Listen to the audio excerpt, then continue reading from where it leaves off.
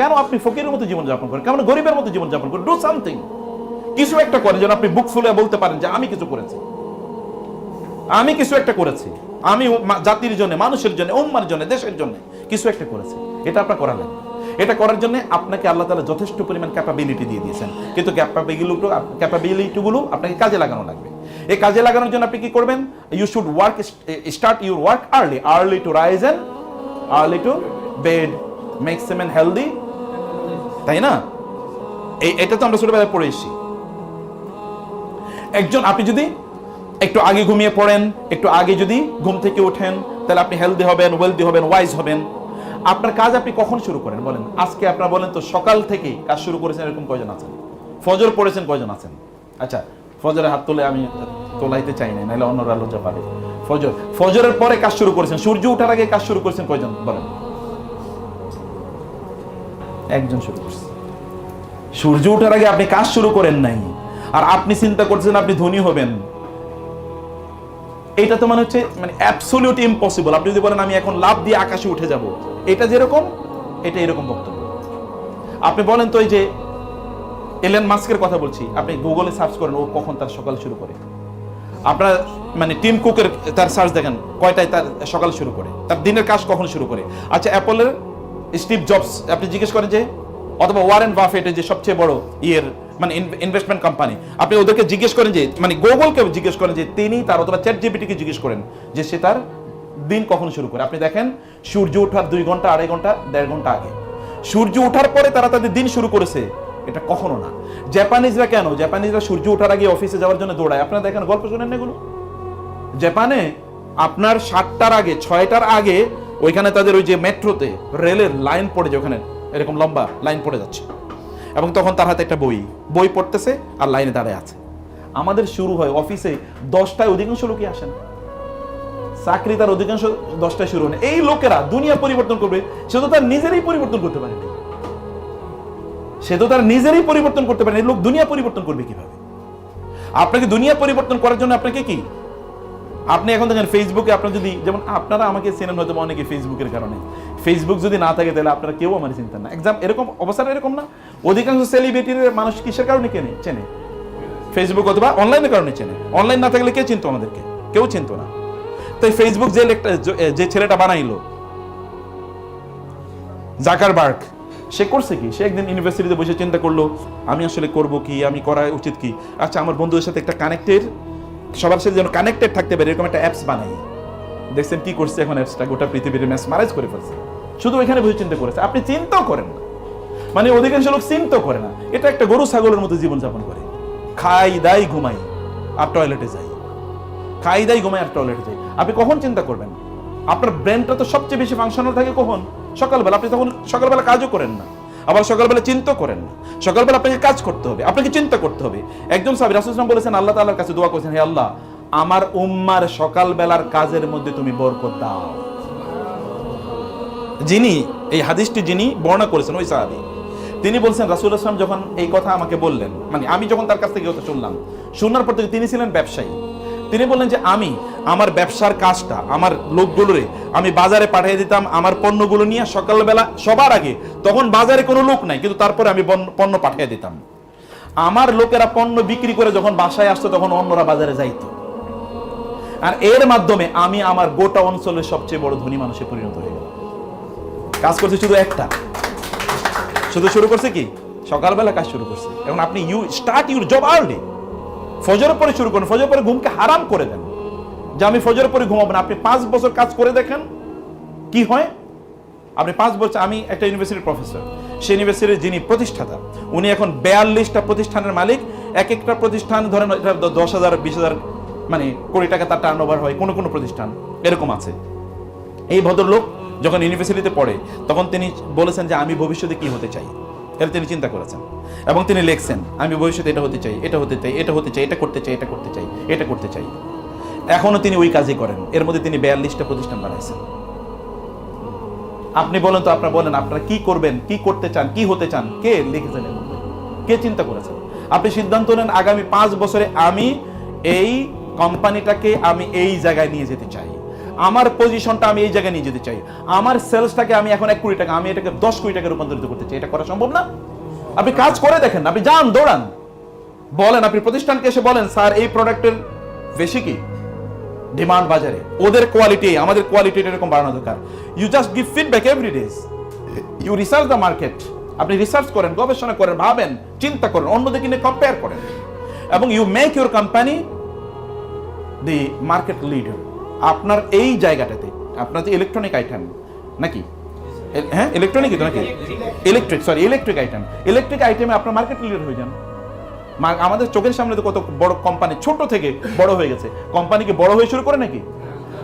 ছোট যেগুলো এগুলো বড় হয়, যেগুলো বড় হয়ে শুরু করে এগুলো কি কোনোদিন, যেমন ধরেন গাছ হয় কি থেকে, গাছ থেকে কি গাছ হয় কি থেকে, বীজ থেকে না, না বিশাল একটা গাছ, বড় গাছ আইনা যদি রোপণ করা হয় তাহলে এটা গাছ হবে? আর এটা কয়েকদিন পরে মরে যাবে। আপনি বড় একটা গাছ আইনা এক জায়গা থেকে এনে আরেক জায়গায় রোপণ করলেন, এটা বাঁচবে? কিন্তু একটা বীজ বপন করলেন, এটা কি, এটা গাছ হয়, এইটাই বাঁচবে। অতএব বীজ বপন করতে হয়। একটা প্রতিষ্ঠান যখন বীজ বপন করেছে, চলেন না কাজ করি, সবাই মিলে কাজ করি। ফাঁকি আপনি কাউরে দেন না, আসলে ফাঁকি দিচ্ছেন আপনি নিজে, বুঝেন না হয়তো। আপনি কোনো এক সময় আপনাকে হয়তো এই প্রতিষ্ঠানে আপনি থাকতে পারবেন, অন্য জায়গায় যাবেন, ওইখানে থাকতে পারবেন, অন্য জায়গায় যাবেন, এরপরে কেবল মাথার চুল ছিঁড়বেন, কেন আমি ভালো করতে পারলাম না, কেন অন্যরা এত বড় হয়ে গেল, আমি কেন হতে পারলাম না, এটা আপনি তখন বলতে থাকবেন। আমাদের জীবনে একটা গল্প বলে আমি লাস্ট এটা শেষ করে দিচ্ছি। আমি ভালো ইংরেজি বলি এবং ইংরেজি মাশাআল্লাহ খুব ভালো শিখেছি। এখন কিভাবে ইংলিশ শিখলাম? এটা ভাষা, আমি তো পড়ছি মাদ্রাসায়, ইউনিভার্সিটিতে, তো ইংলিশ শিখলাম কীভাবে? অথবা আপনি বলবেন যে আপনার তো আরবি জানার কথা, জানি আরবি, কিন্তু ইংরেজি জানলাম কীভাবে? আমি একবার চিন্তা, আমার মানে তখন ইউনিভার্সিটির পরীক্ষা শেষ, মাস্টার্স পরীক্ষা শেষ, 4 মাস সময় পেয়েছি। আমি ভাবলাম যে 4 মাসে করবো কি। আমি 4 মাস শুধুমাত্র একটা ডেইলি পত্রিকা, ইংলিশ পত্রিকা কিনতাম, কিনে আমি এটা পড়তাম 4 মাস। 4 মাসের পরে আমি দেখলাম আমার ইংরেজির লেভেল এই জায়গায় গিয়েছে, যারা আমার সামনে ইংরেজি বলার জন্য বসে তারা একটু একটু কিছু করে তারা একটু স্ট্যান্ড হয়ে যায়, যে না ঠিক আছে আর ইংরেজি বলবো না, সাথে বাংলাই বলি। 4 মাস পরে ইন্টারভিউ হলো একটা ইউনিভার্সিটিতে, তখন প্রাইভেট ইউনিভার্সিটি, এটা ওই যে ভাই যে কথা বলছেন ইন্টারন্যাশনাল ইসলামিক ইউনিভার্সিটি চিটাগং, এটা ঢাকা ক্যাম্পাস। এখানে ইন্টারভিউ হলো, ওইখানে আমি ইন্টারভিউতে জয়েন করলাম। আমাদের সাথে জয়েন করেছে বাংলাদেশের বিভিন্ন বিশ্ববিদ্যালয়, এমনকি ঢাকা বিশ্ববিদ্যালয় থেকে ফার্স্ট ক্লাস ফার্স্ট হয় এরকম প্রায় 1 ডজন, আরও বিভিন্ন জায়গা থেকে সুপার ডুপার এরকম 75 জন জয়েন করলো পরীক্ষায়, মানে তারা ইন্টারভিউতে আসলো রিটেন এক্সামে। রিটেন এক্সামে আমি হয়ে গেছি ফার্স্ট, কারণ অন্যরা এই লেভেলের ইংরেজি জানে না। এরপরে কি হলো ভাইবাতে কেউ কাছাকাছি বসতে পারে না, আমি ভাইবাতেও ফার্স্ট, রিটেনও ফার্স্ট। কি করছি, কেবল 4 মাস কাজ করেছি আর কিছু, এবং still I am enjoying the benefits of that 4 months, of those 4 months I am enjoying still the benefits. আপনি সিদ্ধান্ত নেন যে আমি কেবল এতটুকু সময় কাজ করব, এবং কাজ করেন, টাকা ইনকাম করেন। আল্লাহ সুবহানাহু ওয়া তাআলা জিহাদ, 2 ধরনের জিহাদ আমাদের উপর ফরজ করেছেন। একটা জিহাদ কি? একটা জিহাদ হলো না সম্পদ দিয়ে, বি আমওয়ালিকুম ওয়া আনফুসিকুম, একটা হলো জীবন দিয়ে যারা যুদ্ধের ময়দানে জিহাদ করে। আর একটা জিহাদ আছে কি না, আরেকটা জিহাদ আছে সম্পদ দিয়ে, ওইটা তো আছেই। জিহাদ করে 2টো জিনিস দিয়ে, একটা জিনিস কি জীবন, আরটা কি মাল, সম্পদ। তো আপনি তো মুজাহিদ হতে পারেন, আপনি মুজাহিদ হওয়ার এই রাস্তা কেন আপনি বন্ধ করে দিচ্ছেন? আপনি তো জিহাদ করতে পারেন কি দিয়ে? সম্পদ দিয়ে। সম্পদ দিয়ে আপনি জিহাদ করেন, সম্পদের মালিক হন। সম্পদের মালিক কেবলমাত্র কি ভোগের জন্য হইয়েন না, যে আমি টাকা ইনকাম করব, আমি খাবো, আমি ফুর্তি করবো, বা আমার বাচ্চাদেরকে আমি এই রাখবো সেই রাখবো, সেগুলো করতে হবে। সেগুলো করতে আপনি দিন শেষে সারাদিন আপনি কাজ করলেন, এই কাজ করার কারণে আপনার পায়ে ব্যথা হলো, আপনার হাতে বিভিন্ন যে গোটা উঠে গেল, এই হাতটা আল্লাহ সুবহানাহু ওয়া তাআলার কাছে ওই ব্যক্তির হাতের চেয়ে অনেক অনেক বেশি উত্তম, যে ব্যক্তি কেবলমাত্র সবসময় বই নিয়ে বসে আছে পড়তেছে, তার চেয়ে অনেক অনেক বেশি উত্তম। কারণ আপনি কি এই হাত দিয়ে আয় ইনকাম করছেন, হালাল পথে ইনকাম করছেন, আপনি অন্যদের ইনকাম রিজিকের ব্যবস্থা করে দিচ্ছেন, আল্লাহ তাআলা আপনার মাধ্যমে অন্যদের রিজিকের ব্যবস্থা করে দিচ্ছেন। আপনি কাজ করেন। ইয়াং ম্যান, আপনারা কেন কাজ করবেন না? আপনি সকালবেলা শুয়ে থাকেন কিভাবে?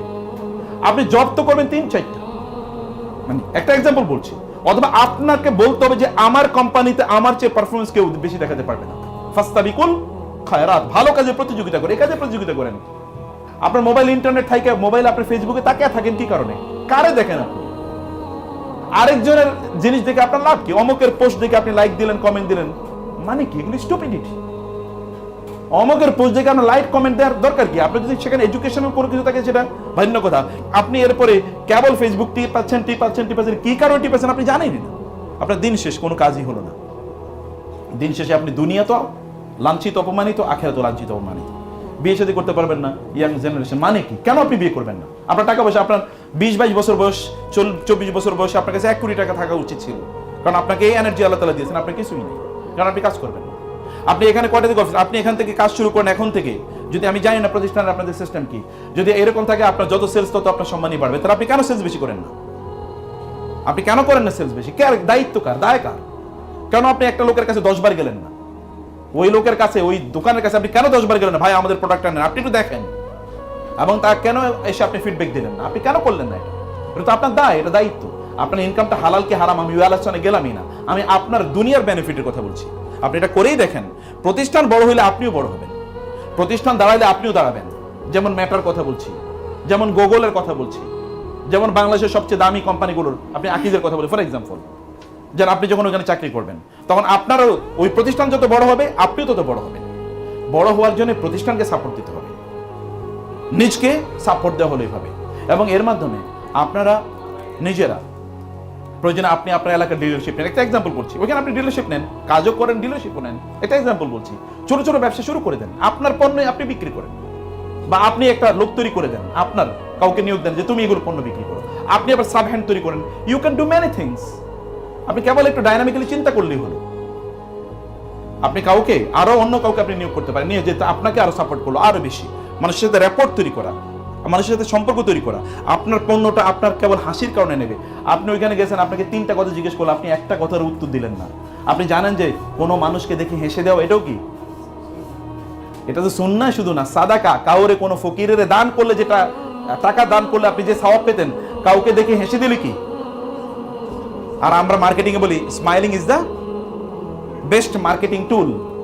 কোন SR সেলস রিপ্রেজেন্টেটিভ যদি দোকানিরে দেখে হাসে, ওই দোকানে তার পণ্য কেনা ছাড়া তার কোনো উপায় আছে?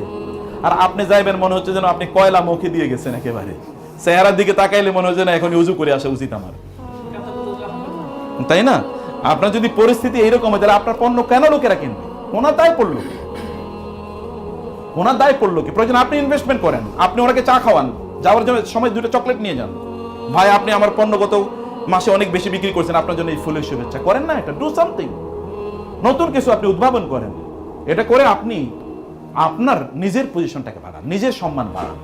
আপনি যত বেশি কাজ করবেন তত সম্মান কি আপনার বাড়বে। কিন্তু আমরা বলছি টাকার মালিক হবেন কি কারণে বলেন তো? কেবল দুনিয়ার কারণে না, আপনার আখেরাতও লাগবে। আখেরাতের কাজ করেন। আপনার মনে চান আপনি একটা মসজিদ করেন, আপনার মনে চান আপনার এলাকায় একটা মাদ্রাসা করেন, আপনার মনে চান আপনার বাবা মার জন্য আপনি দান সাদাকা করেন। আপনাকে একবার মনে চান যে আপনার বাবা মাকে আপনি হজে পাঠান। আপনি যদি না মনে, এটা যদি আপনার মনে না উঠে, তাহলে আপনি একটা কুসন্তান, আপনি একটা কুসন্তান। আপনি যদি এটা যদি আপনার মনে না চায় যে আমার বাবাকে আমি হজে পাঠাতে চাই, আমার মাকে আমি হজে পাঠাতে চাই, তাহলে আপনার স্ত্রীকে আপনার কাছে রাখবেন, আপনি ঢাকায় ভালো জায়গায় রাখবেন। আপনার যদি এটা মনে না চায়, তাহলে এটা কুশ স্বামী, স্বামী হয়ে উপযুক্ত না। অথচ আপনার শক্তি আছে, আপনি করতে পারেন কাজ, চাইলে কাজ করতে পারেন। কাজ করেন, বারাকা দেওয়ার মালিককে। যে কাজ করবে আল্লাহ তাকে বরকত দেবেই। এই যে ইউরোপিয়ানরা করছে, হিন্দুরা করছে, বৌদ্ধরা করছে, খ্রিস্টানরা করছে, কেবল কাজ করে না কারা? পৃথিবীর একমাত্র জাতি যারা কাজ করে না, পৃথিবীর একমাত্র জাতি যারা কাজ করে না। অথচ কাজ করা আল্লাহ তাআলা তাদের উপর ফরজ করে দিয়েছেন, অন্য কারো উপর কাজ করা ফরজ না, কিন্তু এদের উপর কাজ করা ফরজ। আর এই জাতিই কাজ করে না। ফজরের নামাজ পৃথিবীর কারো উপর ফরজ নাকি? কিন্তু আমাদের উপর ফরজ। কোথায় ফরজ? জামাতে গিয়ে পুরুষদের জন্য। পুরুষ ঘরে নামাজ পড়লে হবে নাকি? যেই পুরুষ ঘরে নামাজ পড়ে, ওর তো বিয়ে করে উচিত হয়নি, ওর বউ তো ওরে তালাক দিয়ে চলে যাওয়া উচিত, যদি বউ তালাক দিয়ে জায়েজ নাই, এটা আরেক আলোচনা। কিন্তু ওর বউ তারে ছেড়ে যাওয়া উচিত। কিন্তু আধা পুরুষ যে এখনো ফজরের সময় সে ঘুমে আছে। পাখি যদি আপনার আগে ঘুম থেকে উঠতে পারে, তাহলে বুঝবেন আপনি পাখির চেয়ে অধম। যদি শিয়াল এবং কুকুর আপনার চেয়ে ঘুম থেকে আগে উঠে, বনের প্রাণীগুলো আপনার চেয়ে ঘুম থেকে আগে উঠে, তাহলে আপনি তাদের চেয়ে অধম। আপনি তাদের মতোই হতে পারলেন। তোমার ছেলে জাগলে মাগো রাত পোহাবে, তবে আপনাকে জাগতে হবে, তাইলে রাত পোহাবে ইনশাআল্লাহ। তাহলে আপনারা উম্মার জন্য সম্পদ হন, আপনার ভালো ব্যবসায়ী হন, আপনার ভালো কর্মী হন। লোকেরা আপনাকে দেখে প্রশংসা করুক, oh he is a man, good worker, good performer. অন্যরা আপনাকে দেখে ঈর্ষা করুক, বলুক, বেঞ্চমার্ক হিসেবে আপনাকে নেক, যে না ওনার মতো। আপনি মার্কেটিং সম্পর্কে পড়াশোনা করেন, প্রচুর পরিমাণ ইউটিউবে ফ্রি ভিডিও আছে, প্রচুর শুনুন, কি করতে হবে? প্রচুর প্রচুর ব্যাপক পরিমাণ। সময় নষ্ট করবেন না। সময় নষ্ট যারা করে তারা তো শয়তানের সবচেয়ে বড় ভাই, আপন ভাই। অন্যরা তো শয়তানের খালতো ভাই, কিন্তু এরা শয়তানের আপন ভাই। ইন্নাল মুবাজ্জিরিনা কানু ইখওয়ানা শায়াতিন। শয়তান একবার তার মজমাকে নিয়ে বলছে যে আমরা মানুষের পথভ্রষ্ট করতে চাই, কেমনে পথভ্রষ্ট করতে পারবো বলো। শয়তান চেলা চামুন্ডরে নিয়ে বলছে, একটা পিচ্চি একেবারে পিছনে বসে আছে, বলে স্যার আমার একটা প্ল্যান আছে। সে তো ছোট, সে বলছে যে আমি আসলে বললে আপনি কি মনে করবেন, সবাই এত ভালো ভালো প্ল্যান দিছে। তো বলছে তোমার প্ল্যানটা কি কও? বলে যে আপনি মানুষের ঘড়িটারে উলট পালট করে দেন, ঘড়ির উলট পালট করে দিলে তাহলে মানুষ সব শেষ হয়ে যাবে। বলে মানে কি? আমি তো বুঝি নাই, ঘড়ি উলট পালট করে দেয় মানে কি? বলে তার টাইমগুলো এলোমেলো করে দেন, কখন ঘুমাবে, কখন উঠবে, কখন খাবে, কখন কাজ করবে, কোনো কিছু যেন ঠিক মতো না চলে। এটা করে দেন, তাহলে দেখবেন এগুলো সব পাগলের মধ্যে ঘুরতে থাকবে। বলে তুই তো ভালো আইডিয়া দিছিস, তোর এখন কি দেওয়া হোক, নোবেল প্রাইজ দেওয়া হোক। এবং ওই আইডিয়াতে এখন সারা পৃথিবীর মানুষ চলতেছে, মুসলমানরা সবচেয়ে বেশি চলতেছে ওই আইডিয়া বসে। দেখেন আপনার কোনো টাইমিং ঠিক নাই, আপনি বলতে পারবেন না যে আমি ডেইলি সকালে ঘুম থেকে উঠি।